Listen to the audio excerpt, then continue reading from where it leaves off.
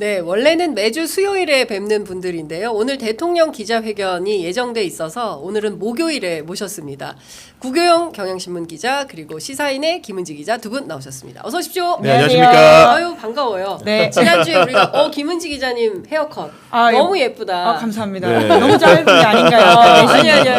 아니 너무 잘 자르셨습니다. 감사합니다. 예. 우리 구교영 기자님 제 조끼는 어때요? 예뻐요.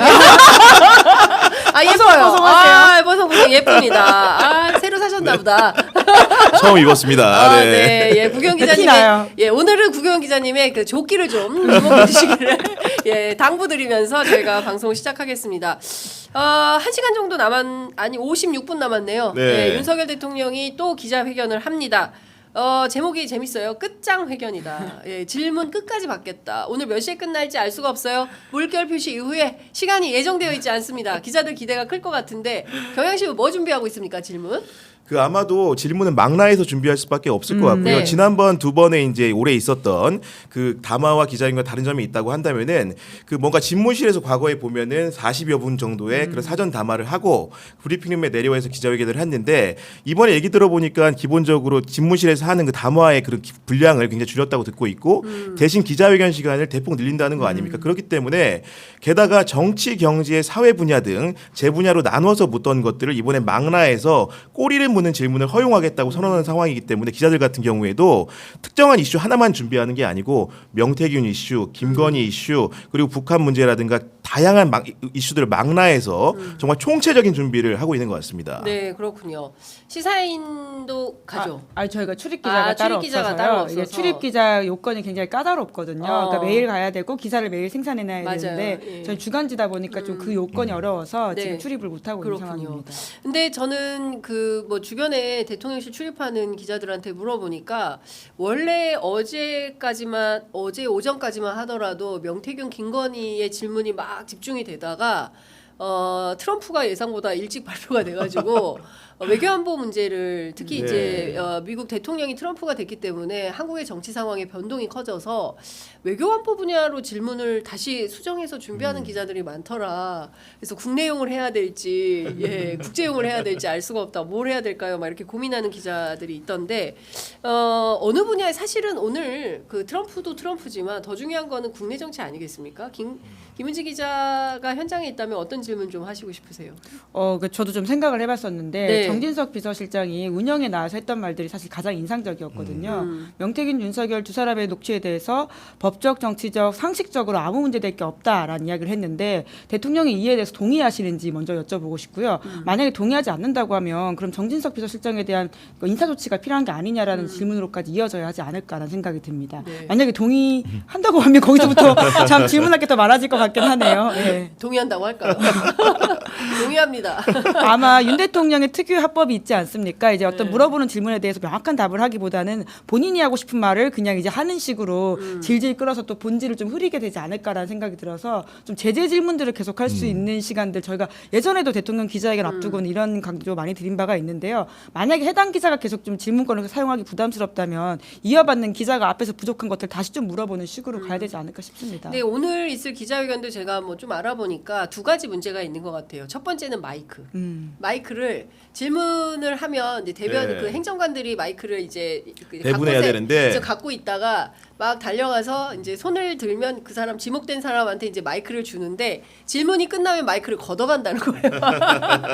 다시 못하게. 그렇죠. 예. 마이크를 계속 갖고 있어야 쥐고 있어야 그렇죠. 되겠네요. 마이크를 사수하라. 네. 마이크를 쥐고 있으면서 대통령 발언 듣고 잠깐만요 대통령 그게 아니라 이렇게 이제 주고받는 식이 돼야 되는데 질문 끝나자마자 바로 마이크를 걷어가서 그냥 앉고 그럼 다음 사람이 이제 또 질문을 받아야 되는데 그렇게 되면 그 내용에 집중을 해서 대통령 답변 듣고 거기서 이상하면 그 행간의 의미를 치고 읽어서, 들어가는 네. 그렇죠. 그런 질문을 해야 되는데 다음 질문 내 거 준비해야 돼서 앞 질문을 못 듣는 경우가 또 있어요. 기자회견장에서 왕왕 네. 내 거 질문해야 돼서 남의 거 잘 못 들어요. 그래서 이번에는 좀 그러지 말고 현장에 좀 충실했으면 좋겠다. 뭐 질문을 막 20개, 30개 적어가서 다 치고 나는 이거 8번 남았으니까 이거 해야겠다 이렇게 하지 말고 대통령 얘기를 듣고 증문즉답 네. 예, 우리 법륜스님 식으로 한번 증문즉설 증문즉답식으로 한번 해보면 어떨까 저는 그런 생각이 좀 들었습니다. 네, 이제 그리고 사실 그 기자의 제재 질문이라고 하는 것이 굉장히 중요하다는 걸 저희가 여러 차례 강조드린 바가 있는데요. 네. 대통령이 최상병 특검법 관련해서 지난번 기자회견 때도 경로솔에 대한 질문이 기자가 물었잖아요. 그런데 맞아요. 다른 날 본인이 엉뚱한 얘기를 했죠. 최상병이 숨진 날 본인이 이종섭 장관을 혼냈다 질책석 이런 식으로 당부를 했다. 빠져나가는 식의 이야기들이 굉장히 많거든요. 이제 맞아요. 윤 대통령 해법이 좀 그러니까 화법에 익숙해질 필요가 있기 때문에 그런 것들을 콕콕 집어서 다음 사람들 좀 릴레이식으로 그러니까 사실 기자의 개별 질문들의 시간이고 각 사변의 시간이긴 하지만 이것은 전체 국민들 대표해서 하는 좀 릴레이식의 기자회견이다라고 네. 이해하면 좋을 것 같다는 네, 생각이 저는 듭니다. 이런 것 같습니다. 지금 뭐 대통령 지지율이 19%로 추락하지 않았습니까? 이제 지금 제가 보기에는 진보 보수도 없고요, 세대별로도 없고요, 예, 네. 지역별로도 생각이 다 대체로 일치합니다. 그렇기 때문에 기자들이 국민을 대표해서 대통령을 만나는 자리 아니겠습니까? 그러니까 그 현장에서 마이크를 일단 사수하시고 마이크를 꼭 붙으세요. 예, 네. 추가 질문 해야 됩니다. 예, 그렇게 하고 또 더 드리고 싶은 말씀은 이런 겁니다. 쫄지 마라. 네. 얼지 마라. 예, 그리고 기죽지 마라. 주눅들지 마라. 예, 당당하게 물어라. 예. 근데 이번에 그 네. 기자회견이 전과 다른 점이 있다면은 그 명태균 게이트만 놓고 보자면은 그 사안이 굉장히 심도 깊게 오랫동안 취재가 됐다는 점입니다. 그러니까 대통령실이 명태균 게이트에 대해서 국면마다 세세한 해명을 나누지 않고 한참을 기다렸다 해명을 내놓고 그 해명이 거짓으로 탄로나서 탄핵되고 이런 과정들을 거쳤거든요. 네. 무려 2달이나 지났습니다. 그렇기 때문에 기자들 같은 경우에도 메모리가 차곡차곡 쌓인다고 해야 될까요? 대통령이 답변을 하게 되면 거기에 대해서 증문즉설이 가능한 정도의 준비가 기자들이 상당히 되어 있을 것으로 보이고 그런 내용들을 근거로 물었을 때 대통령이 답변 와중에서 뭔가 이렇게 오점들이 발견되게 되면 거기에 대한 제재 질문이 잇따를 수밖에 없는 환경이 조성돼 있다. 그렇기 때문에 이번 기자회견은 정보 양에 있어서 굉장히 비대칭성이 깨져 있는 보통 같은 경우에는 정부나 대통령실이 정보를 우위를 점하고 있는 경우가 많기 때문에 답변하기가 수월하거든요. 근데 이번 같은 경우에 명태균 게이트는 기자들이 가진 정보량이 대통령실에 맘먹고 그보다 이상일 수 있는 상황이기 때문에 정보의 비대칭성을 깬 상황 그런 회견이기 때문에 기자들에게 우위가 있고 잘만 한다면 충분하게 유효한 답변을 받아낼 수 있다고 보여집니다. 근데 저는 또 한 가지 문제가 대변인이 질문권을 쥔다는 겁니다. 네. 그러니까 뭐 무슨 뭐 누군지 모르기 때문에 그러니까 사실 그 현장에서 대통령이 질문권을 쥐고 기자를 지목하는 방식이 훨씬 공평한 겁니다. 근데 대변인은 어느 사회 무슨 기자인지를 다 알지 않습니까? 근데 지금까지 MBC 기자 질문권 한 번도 주지 않았어요. 끝까지 완전 포인트죠, 오늘. 그러니까 네. 오늘 과연 대통령실이 MBC 기자에게 질문권을 줄 것인가 계속 스며들 텐데 네. 이번에도 안 준다. 그럼 이건 대단히 악의적인 거다. 차별하는 거다라는 판단을 할 수밖에 없고 대변인은 각사의 뭐 누가 누군지 뭐 이걸 다 알지 않습니까? 그리고 딱 그 어떻게도 그렇게 뭐 KBS, 연합뉴스 뭐 이렇게 하지 않습니까? 근데 제가 한 가지 재밌는 얘기를 들었어요. 어제 대통령실 출입 기자한테. 대통령실이 이번에 질문권을 주는데 기자들한테 질문권을 주는데 살을 가리지 않는다. 회사를 가리지 않는다. 예. 기자의 성향을 본다. 예. 지금 그건 또 무슨 말일까요? 성향 문건을 지금 명태균 씨도 만들지 않았습니까? 예, 국민의힘 당원 성향 문건을 국민의힘 명태균 씨가 만들어서 어제 뉴스토마토가 보도를 했는데 대통령실에서 살을 가리지 않고 회사를 보지 않고 그게 뭐 경향신문이든 뭐 한겨레 신문이든 조선일보든 가리지 않고 기자의 성향을 보고 질문을 시킬 거다. 너무 무서운 얘기 아닙니까? 성향을 어떻게 알 수 있죠? 그러니까 그 오히려 기자의 블랙리스트인가요? 근데 예. 블랙리스트까지 만들었는지는 잘 모르겠습니다. 그렇다면 정말 무서운 일이겠죠. 그런데 근데, 예. 그동안 기자가 써왔던 써왔던 기사들. 뭐 시사인의 김은지 기자가 대통령실에 대해서 삐딱한 기사를 많이 썼어. 그러면 질문권 안 주는 거예요. 아, 그 블랙리스트죠. 그렇죠. 근데 한겨레 기자인데 대통령실에 굉장히 우호적인 기사를 많이 썼어. 그럼 질문권 주는 겁니다. 제 동기거든요 지금 대통령 출입이 굉장히 그 친구 바른 친구고 제가 이제 말씀드리면은 물론 그렇게 질문을 할 수 있다고 생각이 들지만 그런 순간 바로 대번에 언론이 알고 국민이 알 겁니다. 이번 기자회견은 과거의 기자회견과는 굉장히 결이 다르거든요. 왜냐 지금 결국 지지율이라는 것이 모든 여론조사의 최저치를 찍은 시점 갤럽 조사 기준으로도 19%를 기록한 시점이기 때문에 이게 과연 마지막 기자회견이 될 수도 있고 분수령이 될 수도 있다는 평가가 많이 나오지 않습니까? 그 박근혜 전 대통령의 사례를 말씀드리면은 첫 번째 사과를 한 다음에 오히려 지지율이 폭락을 했어요. 그러니까 웬만한 사과로는 안 되는 상황이라는 것들 대통령실이 인지하고 이 과정에서 일부 기자들의 진정성 있는 질문을 고의적으로 배제하는 모습이 연출된다. 그런 모습들은 국민들이 허용하지 않을 것 같습니다. 근데 이 대통령실은 김건희 여사가 이미 수차례 사과를 했다 이런 입장입니다. 그리고 어제 제가 그 광주 방송에서 만난 서정욱 변호사 대통령실에 정통한 것으로 알려져 있는데 보수가 그때 왜 망했냐, 박근혜가 왜 무너졌냐, 사과해서 그렇다. 사과하면 안 된다. 버텨야 한다. 예. 거꾸로 해야 된다. 그렇죠. 네. 예, 사과. 그리고 김건희 여사가 뭘 그렇게 잘못했냐? 마포대교 간 게 잘못이냐? 명태균이랑 텔레그램 조금 했다고 그게 죄요? 그게 죄야? 이런 생각이에요. 그럼 계속 하시면 되지 않나요? 왜 기자회견을 하시는 건지 약간 이해가 안 가는데요. 그러니까 기본적으로는 예. 보수의 태도, 친윤의 태도, 대통령실의 입장은 김건희 여사는 이미 수차례 사과를 했고 더 이상도 어떻게 사과를 하란 말이냐? 예, 이런 겁니다. 근데 김건희 여사, 그러니까 제가 뭐 부족해서 그런지 모르겠지만 김 여사의 직접 사과라고 하는 것은 대선 때 학력 위조 논란이 있었을 때 직접 당사에 가서 했던 기자회견 말고는 기억나는 게 없고요. 그리고 나서는 이후에 나왔던 보도들을 보면 검사 앞에서 사과했다라는 게 있지 않습니까? 그 소위 말하는 황제조사 논란 때. 네. 그것 말고는 여사의 직접 사과는 들어본 적도 없는데요. 언제 그렇게 계속 사과를 하고 있다라고 하는 것인지에 대해서 좀 의문이 들고요.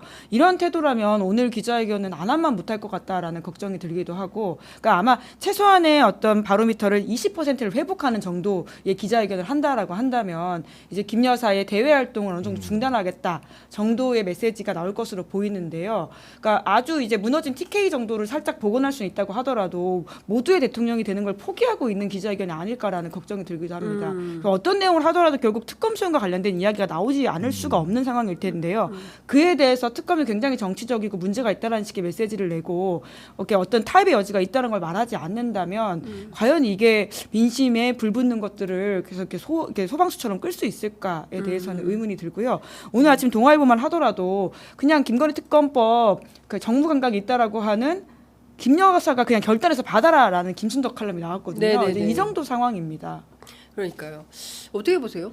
그리고 지금 기본적으로 김건희 여사와 관련된 문제에 대해서는 국민적 눈높이, 한동훈 대표가 자주 쓰는 말인데 굉장히 높아져 있어요. 거의 천정에 붙을 지경입니다. 지금 상황이. 그렇기 때문에 웬만한 수준의 사과라든가 그 대외 활동 자제 정도만 가지고는 국민적으로 납득이 안 되는 상황 같고, 결국 우리가 전범들을 많이 보지 않습니까? 역대 대통령들이 어떻게 했는가. 예전에 보면 김영삼 전 대통령이 그 아마도 취임 4주년 담화였던 것 같은데, 당시 한보 비리 의혹이 터졌을 때 김현철 씨 연루 의혹이 제기되자 그 문제를 푸는 방법들이 해법으로 많이 거론이 됩니다. 당시 어떤 얘기를 했냐면 아들의 허물은 곧 아비의 허물이다. 그리고 당시 의혹 상황이었음에도 불구하고 제 자식의 이름이 거명되고 진실 여부 앞에서 그런 소문이 일고 있다는 것 자체가 제게는 크게 부끄러운 일이라고 했거든요. 결국 그 얘기는 뭡니까? 그 이후에 여러 가지 검찰 수사라든가 이런 것들을 열어주는 포문이 된 겁니다. 그렇기 때문에 대통령 같은 경우에 김건희 여사 문제에 대해서 조금이라도 안위하거나 보호하거나 방비막을 치려고 하는 순간 국민적 역풍은 예고될 수밖에 없는 것이다.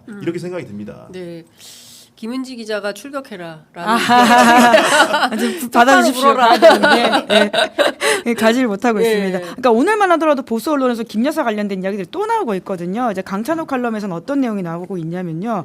그러니까 대통령한테 공직 후보를 용산 참모진이 추천하면 집에 물어보고 이런 대답을 했다라는 거잖아요. 저 충격이었어요, 네. 진짜. 그러니까 뿐만 아니라 심지어는 이제 용산에서 한 당직자가 이제 용산에서 근무했던 그 여의도 출신 한 당직자가 돌연 이제 당을 복귀했는데 그 소식통에 따르면 용산 엘리베이터에서 마주친 여직원의 백을 보고 브랜드가 궁금해서 디올이냐 이렇게 물었더니 잘렸다라는 그러니까. 뒷이야기가 예, 있다는 예. 거잖아요. 예. 아직도 이렇게 무궁무진한 여사의 뒷이야기들이 남아 있는데 그거를 아주 뭐 이렇게 말로써 하는 사과로 끝낸다라고 하는 것도 가당치 않은 상황인 것 같고요. 네. 결국 사과의 핵심은 진정성을 보여주려면 어떤 액션이 나와야 되는 것인데 그 액션의 핵심은 김건희 특검법이라고 할 수 있죠. 네. 결국 김은 기자가 말해주는 현상들이 우리 흔히들 얘기하는 레임덕, 임기 말 권력 누수 현상이거든요. 결국 내부에서 나오는 얘기들이 외부로 표출되는 상황인데, 저도 어제 한 매체의 그런 그 기자와 중견 기자와 통화를 했는데 하는 얘기가 회사로도 제보가 많다는 겁니다. 지금 사실은 이게 11월 10일 임기 반환점이고 초반이고 임기 중반이라고 한다면은 통상적인 정부에서는 대통령실 안에 우당탕하는 괴음이 밖으로 나오는 경우가 거의 없어요. 그런데 이제 김건희 여사 문제 같은 경우에는 앞에 검찰의 처분이라든가 정부기관의 처분들이 너무 못마땅한 방식으로 진행이 되다 보니까 결국은 공적 방식 외에 비공적인 방식인 언론이라든가 시민사회 제보를 통해서 문제 해결을 하려는 욕구들이 켜켜이 쌓이고 있는 겁니다. 그런 상황이 지금 지속되고 결국 그것이 연말에는 정권의 위기를 심대하게 불러올 수 있는 현상을 낳을 수 있다고 보여집니다. 네. 오늘 그 김순덕 칼럼 리드가 순방 가야 돼가지고 기자회견 하는 거 아니냐라는 게 정가에 파다하다라는 게 이제 리드예요. 근데 실제로 일부에서는 김건희 여사, 뭐 명태균 씨도 오늘 아침 저희가 또 별도로 보도해드린 내용 중에 외치만 해라, 외교국방만 하고 내치는 총리 야당이 맡아가지고 하자, 뭐 이제 이런 제안들이 정치권 안에서 나오기 시작을 했는데 실제로 김건희 여사 순방만 가고 그러면 해결이 될까요? 네, 그 대외 활동 가운데 뭐 외교는 해야 되니까. 순방만 가고 나머지 국내 모든 활동은 중단하는 방식으로 해결하면 이게 해법이 될까요? 그러니까 심지어 그 부분에 있어서도 친한계에서도 이제 다자외교는 가면 안 된다 이런 얘기를 어제 신지호 이제 다자외교는 안 이야기를 했거든요. 이제 지금 에이펙이라든지 G20은 네. 다자외교이지 않습니까? 그렇습니다. 이제 그런 또 1대1 양자회담이 아닐 경우에는 배우자 역할이 그렇게 중요하지 않기 때문에 안 가야 된다 이런 말까지 나오고 있는 상황이에요. 그러니까 참 이제 짝이 없는 것들인데요. 여튼 국민들이 김건희 여사의 배우자라서의 자격조차도 지금 의문을 제기하고 있는 거 아닙니까? 대통령 옆에서 세금으로 공적 보좌를 받는 게 맞느냐에 대한 이야기이기 때문에 한동안 뭐 이렇게 단순히 이렇게 대외 활동을 자제하는 것만이 아니라요. 결국 이 모든 의혹의 핵심에 털고 가야 된다. 그러면 결국 수사를 받을 수밖에 없다는 점들을 계속해서 강조드리고 싶습니다. 근데 중요한 포인트는 말씀 주신 대로 김건희 여사 특검. 그 김건희 특검법을 수용하겠다. 그리고 필요하면 나도 검찰 수사에 임하겠다. 네. 이런 정도의 입장이 나와야 대통령이 뭔가 변화하고 그게 갤럽 내일 발표될 네. 갤럽 여론조사에 반영이 되면서 19%로 추락한 대통령의 지지율이 뭐 저 반등 가능성이 있을지는 모르겠지만 뭐 그런 모멘텀이 될 수 있을 것 같은데 그게 아니라 박절하지 못해가지고 우리가 좀 미흡한 점이 있지만 앞으로 잘하겠습니다. 이렇게 좀 한번 봐주세요. 뭐 이런 식으로 나오면 그거 되겠습니까? 지금 특검에 대한 여론도 굉장히 야권에서는 이미 비등한 지가 오래됐고요. 여당 안에서도 이음이 나오기 시작한 것이 오늘 동아일보 보도를 보니까 친윤계 한 의원의 쿼트가 나와요. 네. 김건희 특검법의 독소 조항을 제거하고 선제적으로 받을 것을 다양한 루트를 통해 대통령실에 전달했다는 얘기가 나옵니다. 그리고 실제로 이제 그 친윤이 아니고 비윤이라든가 친한 입장에선 이미 공표된 의견으로 나오는 것이 오늘 기자회견을 분수령으로 특검 사태가 다른 국면이 갈 수 있다 예고를 하고 있어요. 국민의힘의 최다선 의원인 조경태 의원이 이미 어제 방송을 통해서 그런 내용을 밝힌 상황이고 안철수 의원은 일찌감치 특검밖에 답이 없다고 얘기한 상황입니다. 네. 거기에 대해서 더해서 그중에 대권 주자 여권의 유력한 대권 주자 중 한 명이라고 할 수 있는 유승민 전 의원 같은 경우에도 특검론을 부르짖는 상황이거든요. 결국은 오늘 기자회견에서 만족할 만한 수준의 답변이 안 나올 경우에 특검행 열차라는 것은 피할 수 없는 상황으로 여권 안에서도 뭔가 분위기가 전도된 분위기들이 나타나고 있다고 보여집니다. 근데 중요한 거는 이제 윤 대통령의 입장과 태도일 것 같습니다. 이제 한 40분 정도 남았는데 예전에는 뭐 1시간 정도 앞두고 기자들한테 풀해주지 않았습니까? 이제 빨리 속보 쓰라고. 네, 담화문 관련해서. 그렇죠. 예. 그런데 지금은 언제 아니, 줘요? 뭐 나온 내용이 아직 없어가지고 네. 기다리고 있는 중입니다. 제가 어제 취재해 보니까 요새는 선배 그 방송국도 10분 전에 줘요. 라이브 하는 방송 팀에는 자막 올려야 되니까 10분 전에 주고 볼펜들한테는 5분 전에 줍니다. 이렇게 얘기를 하더라고요. 그러니까 너무 박절해졌어요. 대통령실이 너무 박절하다. 예, 좀 박절하지 않게 좀 미리미리 서비스해서 기자들이 보도할 수 있도록 협조해 주시면 좋겠다라는 말씀을 좀 드리고 중요한 대목은 이런 것 같습니다. 한동훈 대표가 3가지 요구를 했잖아요. 싹 다 거절당했지만 네. 김건희 여사의 즉각적인 대외 활동 중단. 이미 하고 있자. 이미 중단된 상태다라고 주장을 하고 있는 것이죠.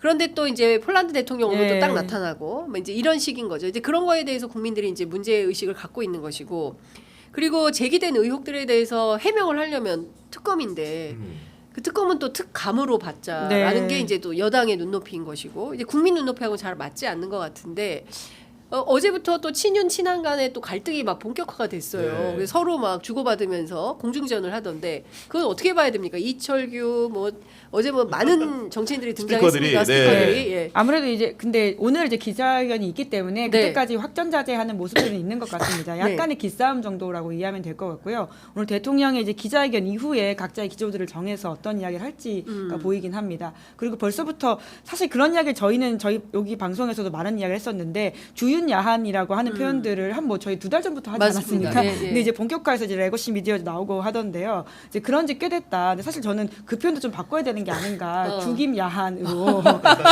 죽임 야한이다. 왜냐하면 오늘 어제 나온 채널A 보도만 보더라도 김 여사의 대외 활동 자제에 대해서 친윤계 한 의원이 김 여사한테 그러니까 제안을 했다라는 식의 보도가 나와요. 대통령이 아니라 직접 김 여사한테 제안을 했다라고 하는 이 모든 것들이 지금 이 권력의 중심추에는 사실 대통령의 결단보다는 네. 김 여사의 결단이 굉장히 이걸 움직일 수 있을 거라는 판단이 들어가 있는 것이기 때문에 정말 이게 주윤 야한이 맞는지에 대한 좀 의문도 있긴 있습니다. 아니 지금 한층 높아진 이제 국민적 요구를 한동훈 대표라든가 친한계도 당연히 고려할 수밖에 없는 상황이고 저는 이 국면에서 결국은 윤석열 대통령의 기자회견과 담화의 마지노선은 한동훈 요구안이라고 생각을 합니다. 그 한동훈 요구안이라는 건 첫 번째가 윤석열 대통령의 사과를 요구한 거고요. 두 번째는 김건희 여사의 즉각적인 대외 활동 중단. 이 해설을 붙이자면 대외 활동이라는 것은 국내외 활동을 망라한 겁니다. 모든 활동을 중단한 요구인 것이고 거기에 대해서 대통령실 참모진 개편 그리고 내각 개편 쉽게 인적 쇄신을 하라는 요구가 있는 것이고 마지막으로 특별관찰관 임명을 하라는 것인데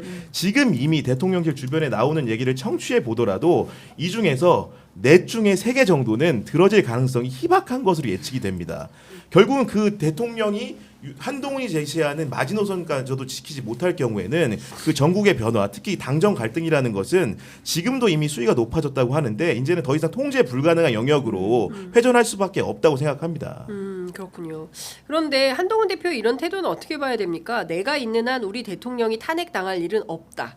이렇게 장담한 내용이 친한계 관계자의 전언으로 보도가 됐습니다. 보도되길 바라는 말이겠죠. 왜냐하면 한동훈의 딜레마를 보여주는 말인 건데요. 네네. 그러니까 결국은 보수의 적장자 역할을 하고 싶긴 하지만 그래서 대통령과 적당한 각을 세워야 되지만 탄핵까지 가는 것에 대해서는 내가 생각하고 있지 않다라는 메시지를 내야 되는 게 굉장히 어려운 선을 타는 것이거든요. 그러니까 네. 보수의 트라우마 또는 그러니까 결국 윤석열 대통령이 이렇게 19% 지지율이 나왔음에도 불구하고 버티는 배경입니다. 네. 탄핵은 보수의 공멸이라고 생각하는 그 정서들을 뛰어넘지 못하면 아무것도 이루어지지 않고 이 교착이 이루어질 것이다. 나는 그래서 5년을 채운다. 이렇게 지금 윤 대통령은 판단하고 있는 것으로 보이고요. 19에서 20 정도를 이렇게 단단하게 유지하기만 하면 무리 없다라고 하는 그 생각들이 지금의 국정 운영을 계속 보여준다고 저는 생각을 하거든요. 참 그걸로 국정 운영에 동력이 생길 수 없잖아요. 그러니까 지금 세종시의 공무원들이 전부 녹음기를 갖고 다닌다는 거잖아요. 그리고 전화 녹음해가지고 혹시라도 발생할지 모르는 문제에 대해서 대비하고 있다. 그래서 사실은 그 공무원들이 잘 일을 안 하고 있다. 사실상 레임덕 상태다. 네. 이제 이런 얘기가 나오고 더 중요한 것은 지금 정부가 이런 정도의 지경이면 당이라도 여당이라도 적극적으로 이 문제를 해결할 수 있는 지혜를 발휘해야 되는데 지금은 자기들끼리 싸우느라고 정신이 없는 거 아닙니까? 한동훈 대표가 5선 6선 중진들 모아서 네. 밥 먹었는데 안 간 사람들이 있어요. 권성동, 그다음에 추경호, 뭐 이런 사람들 안 갔다는 그러니까 거잖아요. 쉽게 얘기하면은 윤석열 대통령과 한동훈 대표로 대변되는 당정 갈등이 있고 또 당내 갈등이 또 존재하는 겁니다. 큰 축으로는 당 대표와 원내 대표가 갈등하기 시작했어요. 게다가 친윤계와 친한계가 갈등이 뒤따르게 상황이죠. 얼마 전에 대통령실에서 당의 중심을 누구라고 했습니까?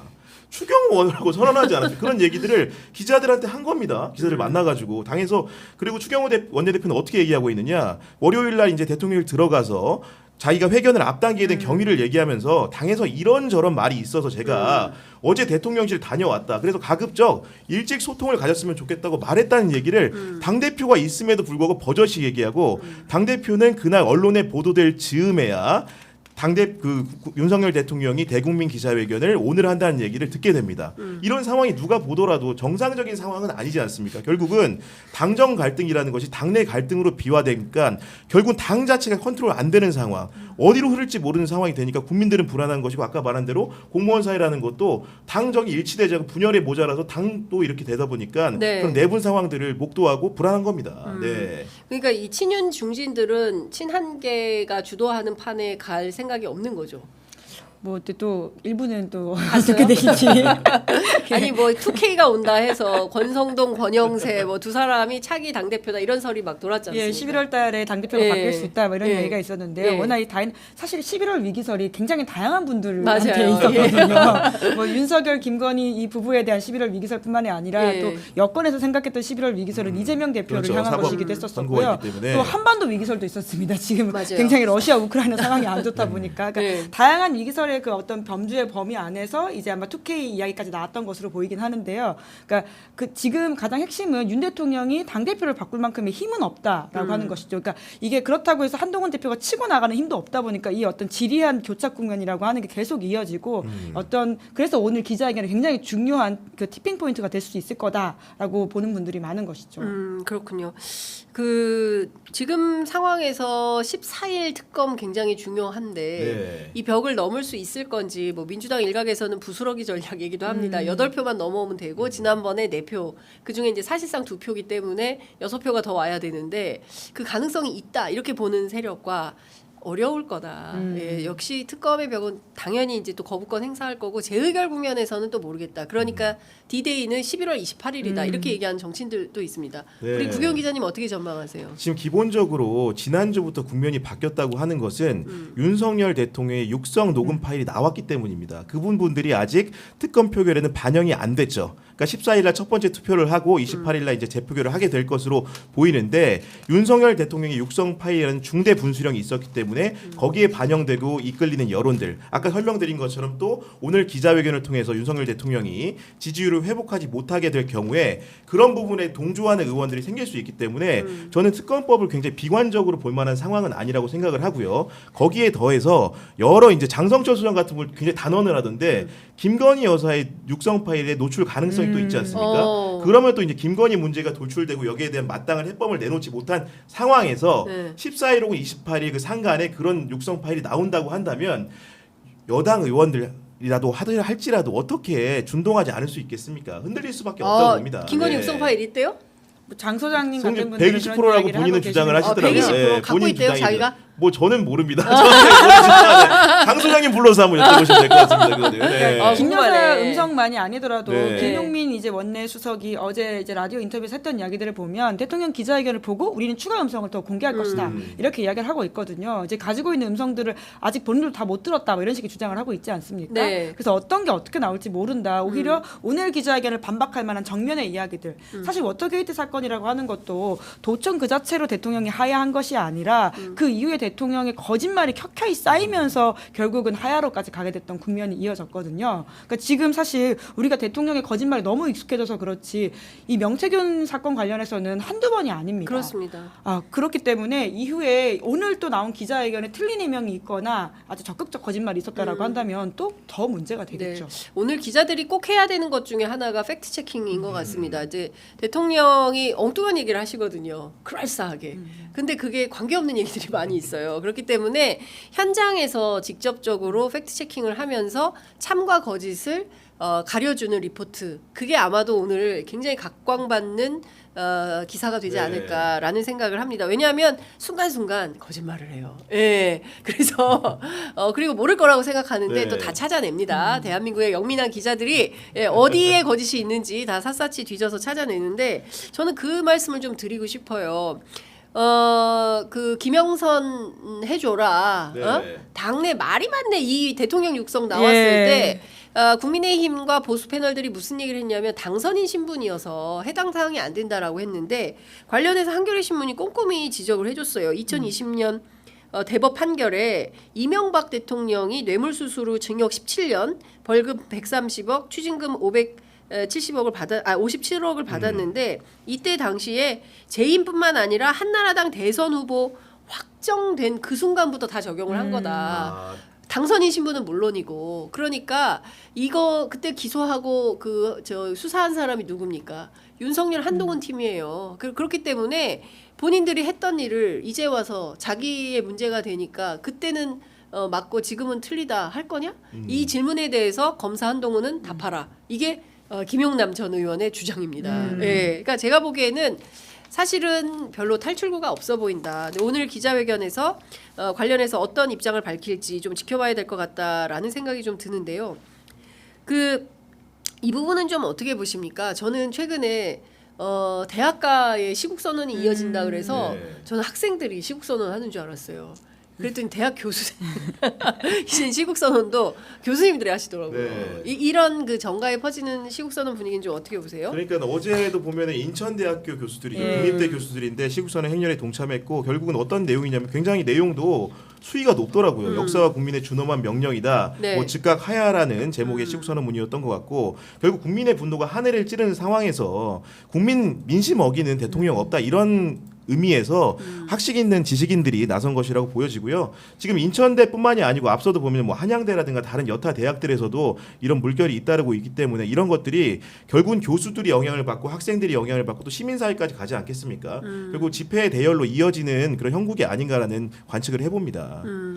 어떻게 보세요, 김민지 기자는? 예, 그러니까 촛불 과거 2016년의 기억들을 소환하시는 분들이 많지 않습니까? 그러니까 16년의 촛불도 사실 시민사회에서부터 시작을 해서 그것이 크게 불붙기 시작했고 그 불붙은데 오히려 정치권이 엎으려고 하니까 많은 시민들이 반대했던 기억도 저 있거든요. 그래서 맞아요. 아주 마지막에 정치권이 결합을 하면서 이 탄핵이라고 하는 것이 그러니까 여의도 바깥과 여의도 안에서의 어떤 결합으로 그러니까 아주 큰 역사적 변화를 이뤄냈던 것이기 때문에 그러니까 쉽게 보기 어려운 어떤 흐름이 이제 시작된 것 같다라는 생각은 드는데요. 이제 다만 시민사회 속도가 좀 더 빠르고 정치권의 속도는 거기에 따라가는 모양새가 16년의 성공 방정식이었기 때문에 그것들을 또 여의도가 좀 더 염두에 둘 필요가 있다라는 생각도 들긴 네. 합니다. 지난주 그리고 그 전주 조국혁신당이 서초동 집회를 시작으로 지난주에 민주당이 서울역 집회 네. 그리고 이번 주에 민중대회가 있고 다음 주에 또 민주당이 주도하는 집회가 있고 아마도 주말마다 다시 또 촛불이 타오를 것 같습니다. 그렇기 때문에 많은 국민들이 저도 서울역 현장 취재를 했었는데 네. 아 이거 도대체가 안 되겠다 빨래하다 나왔다 이제 이런 말씀들을 시민들이 하시는 거예요. 그러니까 중요한 포인트는 그 나라가 그동안 우리가 수많은 그 질곡이 있었지만 그 중에서도 민주주의의 역사를 성공적으로 써온 대표적인 국가인데 이 민주주의가 한순간에 이렇게 허물어지는 것은 박근혜가 마지막일 거라고 생각했는데 이 세상에 7년 만에 윤석열 정권에서 또 이 꼴을 보내? 이러니까 국민들이 도저히 안 되겠다 해서 어르신들도 굉장히 많이 나오셨습니다. 70대, 60대 이런 분들이 많으시고 오히려 젊은 층들이 많지 않더라. 그래서 60대 어르신이라고 하시면 안 됩니다. 죄송합니다. 예. 작년도 많이 올라오고 있어요. 청년이십니다. 그러니까, 네. 네, 한창이십니다. 한창이십니다. 많이 제가 큰 실수를 했네요. 예. 사실은 본질은 제가 앞서 말씀드린 대로 그 대통령 부인 김건희 여사의 이제 국정 개입 의혹인 것이고 그리고 명태균 씨가 배후에서 네. 뭐 본인 스스로 그림자라고 하니까요 했던 역할들인데 이제 저희가 오늘 아침에 또 추가로 많은 내용들을 이제 보도를 했습니다. 이제 검찰에 대해서 자기가 판을 짜고 이랬던 사람이기 때문에 전혀 뭐 두렵거나 뭐 무섭거나 하지 않다 뭐 이런 얘기와 덧붙여서 본인이 갖고 있는 휴대전화 요거 하나 가지고 2달을 버틴 거다. 여기에 나온 거. 근데 그 밖에 자료가 나오면 증거인멸했다고 해서 본인을 구속시키려고 할 거다. 그런데 딱 요거 하나 가지고 버텼다. 그런데 검찰이 움직이는 것은 대통령 뜻인 거고 그렇게 되면 나도 10배 이상 갚아줄 이런 네. 자세다. 근데 최근에 보니까 변호인을 또 김서연 변호사를 네. 선임을 했더라고요. 이 과정에 대해서는 또 어떻게 보십니까? 그러니까 그분이 원래 민주당 쪽에서 정치를 하셨다가 이제 국민의힘으로 가서 이준석 대표가 굉장히 각을 세우고 있는 것으로 유명한 참 분이시거든요. 특이합니다. 예. 이제 그러다 보니까 또 명태균 씨가 또 이준석 대표와의 어떤 관계성에 대해서도 조명을 받은 것들이 있어서 이 모든 상황에서의 명태균 씨의 선택이라고 하는 것이 무엇이냐라고 하는 말들이 여의도에서도 참 많았었거든요. 네. 그러니까 내일 결국 기자회견 하는 것이 그 다음 날 검찰 소환까지 다 이렇게 염두에 둔 스케줄 아니냐. 그리고 어떤 변호인 선임조차도 이준석 대표와 각 세우고 있는 그 지금 소위 말해서 용산과 가까우신 분이 아니냐라는 의혹들도 있다 보니까 명 씨가 어떤 수준에서의 적당한 지류적인 혐의로 처벌을 받고 이 사건을 털려고 하는 게 아니냐라고 하는 검찰 수사에 대한 의혹이 계속 더해지고 있죠.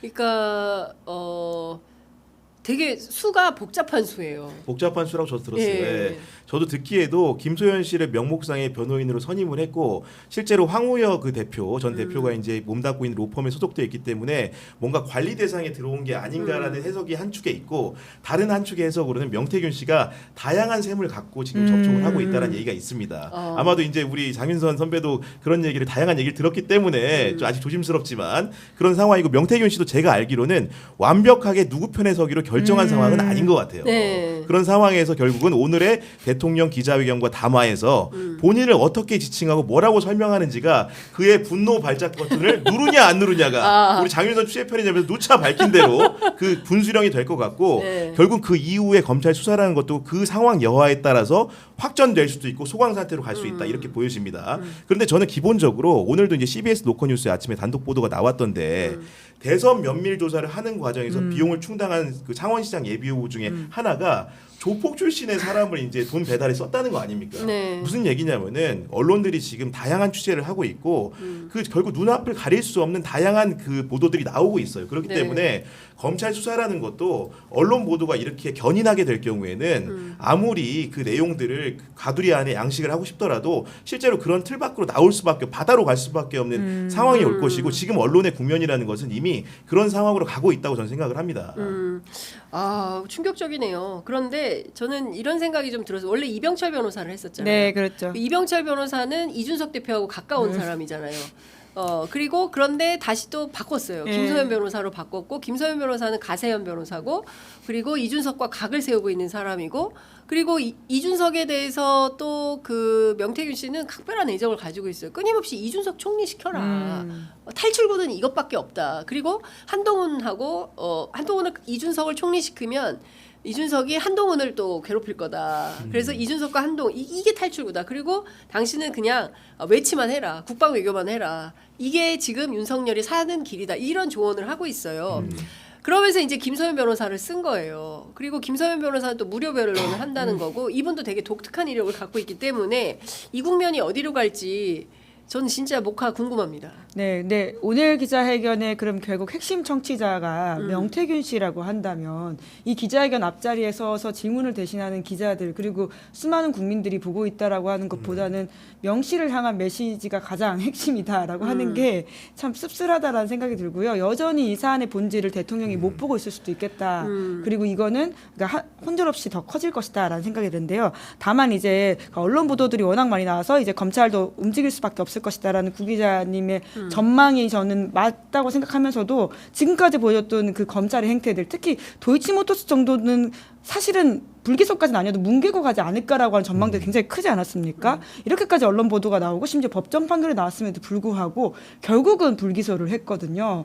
이런 걸 봤을 경우에 그 여전히 이 검찰 수사는 아무리 언론 보도를 열심히 해도 이게 또 다른 방향으로 갈 수도 있을 거다라고 하는 의구심을 좀 지울 수가 없어요. 예, 제가 맞물려서 이제 명태균 씨 아까 분노 발작 버튼을 오늘 대통령이 누르냐 마냐 이제 관전 포인트라고 얘기했는데 맞아요. 거기에 더해가지고 말씀드린 오늘 한국일보 보도가 좀 유심히 봤는데 그 명태균 씨가 뭐 통화를 한 것으로 보입니다. 그 대통령실이 뭐라고 얘기했냐면 명태균 씨가 대선 경선룰에 개입하려고 하자 윤석열 대통령이 관계를 끊었다고 했죠. 네. 거기에 대해서 명태균 씨 반응이 나왔더라고요. 말도 안 되는 소리라고 반박했다는 겁니다. 무슨 얘기인지 네. 아시죠? 기본적으로 해명이 본인이 납득할 만한 수준이 아니고 자신을 물리적으로 해할 수 있는 구속 사유로 흐를 경우에는 안 참겠다는 공표를 한 상황이고 전 여기서 사실 개인적으로 기자로서 궁금한 게 하나 있습니다. 네. 명태균의 만약 그런 폭로 상황이 왔을 때 선택은 누구일까?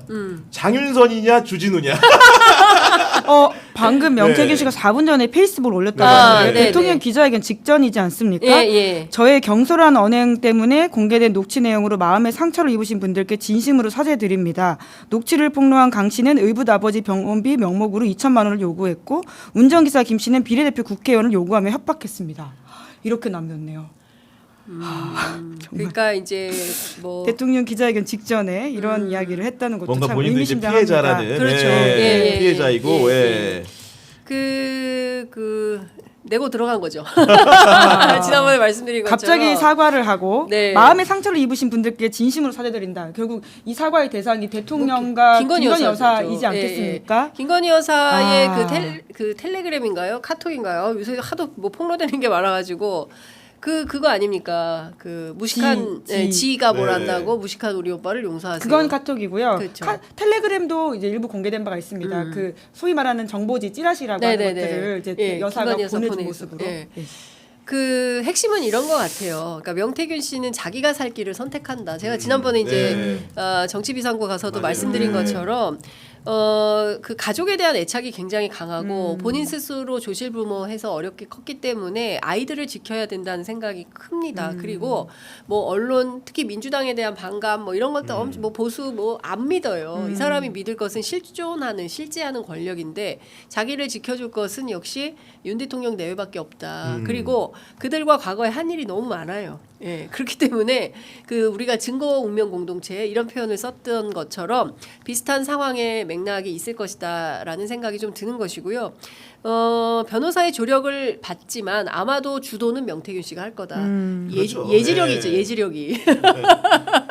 예, 아마도 그렇게 할 텐데 지금 올린 그 내용은 대통령 면전에 내가 이렇게까지 했어. 당신 그렇죠. 어떻게 하는지 보겠어. 예, 그겁니다. 그러니까 내가 이렇게까지 선 사과 했으니 후 조치하시오. 그렇죠. 그러니까 사실상 이 내용을 보고 대통령 기자회견에서 나에 대한 입장을 수위조절하라. 만약에 안 했다. 저도 그렇게 생각됩니다. 그러니까 결국은 명태균 씨가 이제 말 그대로 장윤선 선배 표현이 너무 적합한데 선 조치 이제 선사과 후 조치를 요구하는 상황인 것 같고 명태균 씨가 지금 이렇게 얘기했다고 해서 나중에 검찰 조사를 받고 상황이 요상하게 흘러가면 그 얘기를 안 하리란 법이 없다고 저는 생각을 하고 아마도 그건 명태균 씨 접촉한 사람들의 공통된 분석 같습니다. 그러니까 이 후반도 사실은 자기 소명이거든요. 그러니까 이렇게 사건을 마무리하면 된다라고 하는 가이드라인이에요. 왜냐하면 녹취를 폭로한 강 씨는 의붓아버지 병원비 용문으로 2천만 원 달라고 해서 내가 준 거고 운전기사 김 씨는 비례대표 국회의원 요금에서 협박을 했다. 그러니까 나는 피해자라고 하는 이야기인 것이잖아요. 그러니까 이 어떤 정치자금법 위반 혐의에 있어서 본인의 소명들이 뒤에 들어가 있는 것이고요. 다만 윤 대통령 부부에게는 경솔해서 미안하다라는 이야기를 하고 있는 거죠. 근데 그 설명이 지금 이제 그 해명만 가지고도 납득이 안 되는 것은 기본적으로 이제 대선 여론조사 비용으로 썼다고 하는 것이 3억 7,500만 원이라는 거잖아요. 맞습니다. 그리고 이제 아까 말한 대로 국회의원 뭐 출마를 얘기했던 사람이 협박한 사람 그 사람만 있는 게 아니고 무려 3명이서 객출을 한 거예요. 그러니까 기본적으로 A, B, C라고 이제 통칭하는 그 세 사람이 돈을 냈고 그 이후에 돈을 또 어떻게 보전을 해줬습니까? 그 김영선 전 의원이 공천 이후에 선거 비용을 이제 다시 받은 다음에 그 돈의 일부에 1억 2천만 원을 또 두 사람에게 나눠주는 현상도 나타나잖아요. 그렇기 때문에 그런 단순 명료한 금전 해명만 가지고는 이 일들이 절대 설명이 되지 않는다 이렇게 생각을 합니다. 2천만 원 요구시 줬다라는 건 없고 요구했다 이렇게 얘기까지 있습니다. 바로 그렇군요. 그런데 이제 명태균 씨 같은 경우에는 지금 이런 생각이 좀 드는 겁니다.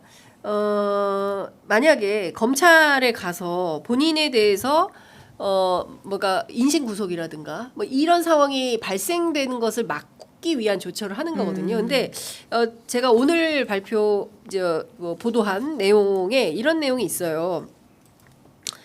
검찰 딱 하는 꼬라지 보고 나는 얄짤없어.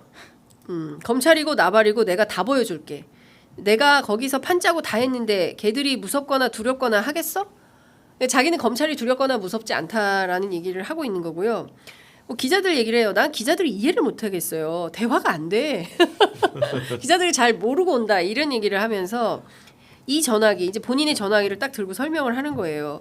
이 새 전화기를 빼가지고 옮겨왔다. 그러니까 이 명태균 씨가 전화기가 뭐 4대, 4대다, 3대다 이런 얘기가 있는데 그 가운데 본인의 그 무죄를 그리고 본인이 해명 가능한 그런 증거만 딱딱딱딱 발췌를 해가지고 이 휴대폰에 옮겨온 거고 이 휴대폰은 이미 검찰에 압수수색 됐던 그런 휴대폰이다. 변호사, 그렇죠. 소칭 변호사. 그렇죠. 그 소칭 변호사는 숨겨둔 세대의 휴대폰이고 자기가 지금 기자들 전화 받고 어쩌고 저쩌고 하는 이 가지고 다니는 이 전화는 검찰에 갔다 온 전화다. 압수수색 됐다.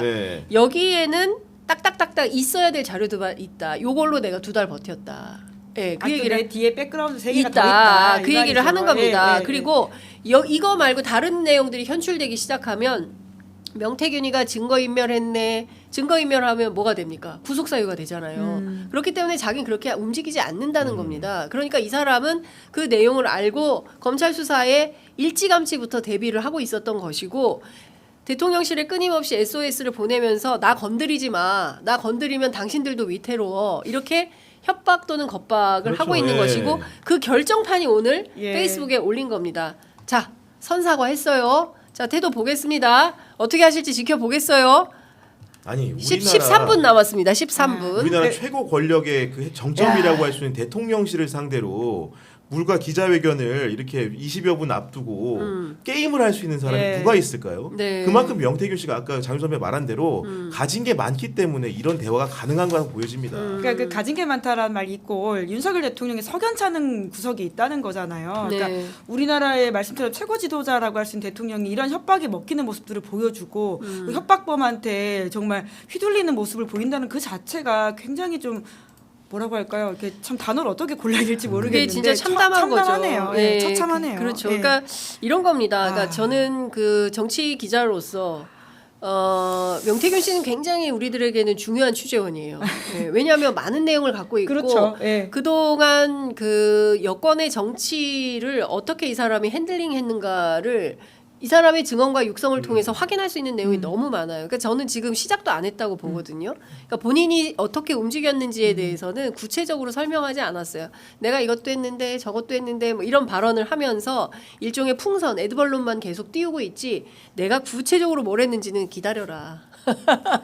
때가 오면 얘기한다. 왜 벌써 왔어? 나중에 오지. 지금 뭐 뉴스도 없어요. 이번 주 아니야. 이번 주 아니야. 왜 벌써 왔어? 다음 주에 와. 막 이제 이런 얘기를 하는 겁니다. 근데 중요한 거는 자신이 그 구속되지 않는 것에 대한 확신이 있었어요. 그런데 그게 흔들렸거든요. 그래서 이러저런 얘기를 했는데 오늘이 마지막입니다. 나 구속 시키지 말아주세요. 예, 나를 잊지 마. 물망초 작전, 명태균발 물망초 작전이다. 저는 이제 이런 생각도 드는 겁니다. 예. 자, 지금 이제 49분이고 잠시 후에 대통령의 기자회견이 시작이 될 텐데요. 대통령실이 이런 영상을 바로바로 좀 공개를 해주면 좋은데 국회처럼 그렇게 하지 않아서 대통령실에 출입하는 기자들만 영상을 쓸 수가 있어요. 그래서 저희는 그 바로바로 올라오는 속보를 여러분들께 서비스하면서 10시 기자회견 함께 보려고 합니다. 그 명태균 씨가 자기는 굉장히 정당하고 문제가 없다라고 하지만 실제로 다른 건 다 떠나서 여론조사 문제에 대해서는 피할 길이 없는 거 아닙니까? 맞아요. 지금 보면은 그 여론조사와 관련해서 사실 상당한 증거가 축적이 돼 있는 상황입니다. 그 뉴스토마토라든가 도화의 언론들이 보도를 하면서 결국은 여론조사 과정의 불법성이라는 게 일부 드러났고요. 게다가 그 결과를 토대로 해서 성향 분석을 한 내용도 드러난 상황이고요. 그런 것들이 결국은 혹시나 경선에 관여되고 조작된 정보가 활용된 것이 아닌지라는 의심까지 된 상황인데 가장 대통령에 가까워 있는 근사치의 문제라고 한다는 것은 그것이 무상으로 캠프에 제공됐다는 가능성, 의혹인 거거든요. 아까 네. 제가 금전적으로 그 혜택을 설명드렸지만은 이게 나중에 정치자금법상의 기부 행위가 될 수 있기 때문에 그런 부분들이 불법의 경계에 서 있는 문제로 이미 비화된 상황이기 때문에 아마도 여론조사 문제는 지금이 아니더라도 반드시 후대에는 처벌받을 수밖에 없는 사안이 되었다고 봅니다. 예, 참 지금과 같은 역사는 되풀이 반복되지 않을 거라고 믿었습니다. 더 저는. 심화됐죠. 사실 저는 정치부 기자 생활하면서 명태균 씨 같은 사람 처음 봅니다. 그리고 이렇게 명태균 씨처럼 했을 경우에 구속이 안 되는 경우도 처음 봤고요. 네. 최순실 씨 같은 경우에도 11월 초에 국내에 결국 들어와서 그 기자들의 취재가 집중되다 보니까 독일에서 도피 생활을 같은 걸 하다라는 의혹을 받다가 결국 국내에 들어왔고 그 유명한 프라다 신발 남기면서 검찰 출석하지 않았습니까? 네. 그리고 나서부터는 국면들이 확 바뀌면서 이제 특검 대통령 그 당시 박근혜 대통령 특검도 수용한 바가 있고요. 특검과 검찰 수사가 동시에 돌아가면서 정말 어떤 이 국면들이 빠르게 진행됐었는데 명태균 씨는 지금 바깥에서 이렇게 메시지를 던지고 사실상 대통령 부부를 협박하고 있음에도 불구하고 아무 조치를 하지 않고 심지어 쩔쩔매는 듯한 모습을 보이고 있는 이 현상이라고 하는 게 도통 이해가 되지 않고 이건 정말 전무후무하지 않을까라는 생각이 듭니다. 그리고 결국 그것은 윤석열 정권을 아주 규정 지어주는 하나의 명장면이 될 거라는 생각이 들고요. 그러니까요. 사실 저는 그 박근혜 국정농단 사태 때 2016년, 2017년으로 이어지는 무려 5개월에 해당하는 주말을 모두 반납하고 현장에서 촛불 집회 현장 취재를 했었습니다. 저 그게 마지막일 거라고 생각했어요. 예, 그리고 함께했던 기자들이 다시는 우리 역사에서 이런 일은 없을 것이다라고 판단을 했었는데 그리고 최순실로 끝이다. 더 이상 이제 권력농단 이거 이제 못한다. 왜냐하면 최순실이라는 존재가 워낙 컸기 때문에 다시는 우리 정치에서 이런 역사는 없을 것이다라고 했는데 웬걸 7년 만에 마릴린 먼로도 아니고 7년 만에 외출 영화도 아니고 다시 나타났어요. 명태균이라는 사람이 더 강력한 존재, 네. 더 센 존재, 마치 트럼프처럼. 예. 단순히 윤 대통령 부분만이 아니라 보수 정치인 전반을 쩔쩔매게 하면 안 되는 그렇습니다. 이 현상이 무엇인지에 대해서도 아직도 명쾌하게 해소가 안 되고 있지 그렇습니다. 않습니까? 그러니까 사실 윤 대통령은 보수의 용병이었었고 그때 완벽하게 바닥을 치지 않은 상태에서 용병을 데리고 와서 집권하게 되는 그 모습들이 오히려 보수 세력들을 제대로 뭔가 쇄신하지 못하게 만들었던 좀 굉장히 불행한 결과를 낳은 게 아닌가라는 생각이 네. 들고 이번에는 좀 제대로 해야 된다라는 생각이 그 듭니다. 저런 명태균 씨의 으름장이 있는 상황에서 윤석열 대통령이 어떤 대처를 하게 될지 굉장히 주목되는 상황인데 결국은 역사는 반복됩니다.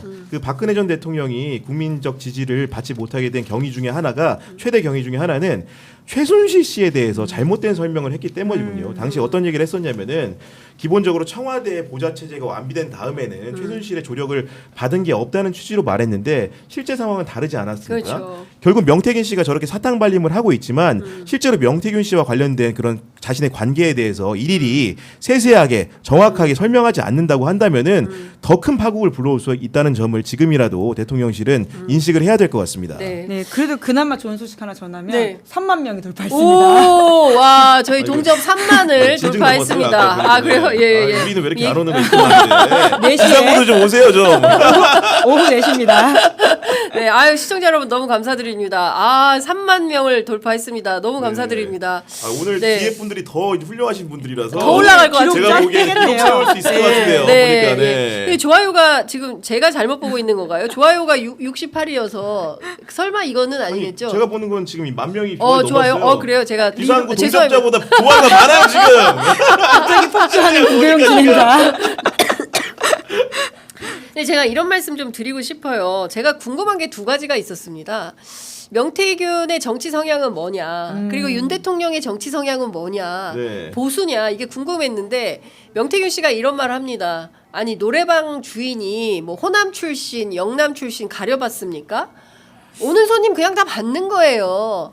명태균 씨 태도는 이런 거예요. 그럼 윤 대통령은 뭡니까? 보수 정권에 왔잖아. 보수 정권에 왔으니까 이제 보수가 된 거지. 아 보수 정권의 보스가 된 거예요? 보수가 된 거예요?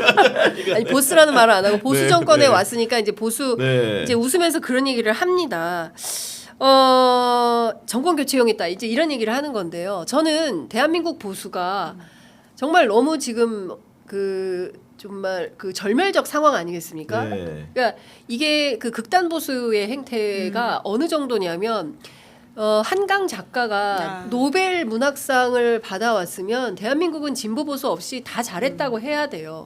역사 앞에 떳떳하지 못하니까 5.18 앞에 4.3 앞에 떳떳하지 못한 보수가 이걸 폄훼해야 하지 않습니까? 조선일보에서 폄훼하잖아요.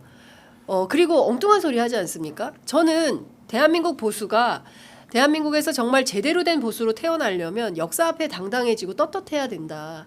저는 지금 이거 다 허물어버리고 다시 폐허 무덤에서 다시 시작해라. 근데 지금 보니까 저는 그 출발선을 이준석 뭐 이런 사람 생각했는데 하는 거 보니까 그것도 아닌 것 같아요. 예, 그래서 정말 이 절망적 상황에서 대한민국 보수가 특히 영남에 기대어서 지역에 기반으로 해서 그냥 근근히 내가 국회의원이나 해먹고 그렇게 살겠다라는 사람들밖에 없는 거 아닙니까? 까놓고 얘기하면 자기가 국회의원 되는 게 중요하고 영남 지역에 호남 지역에 이런 지역에 기반해서 끝끝내 자자손손 대대로 나만 잘 먹고 잘 살겠다 이게 보수라고 한다면 그런 보수 이제 그만합시다.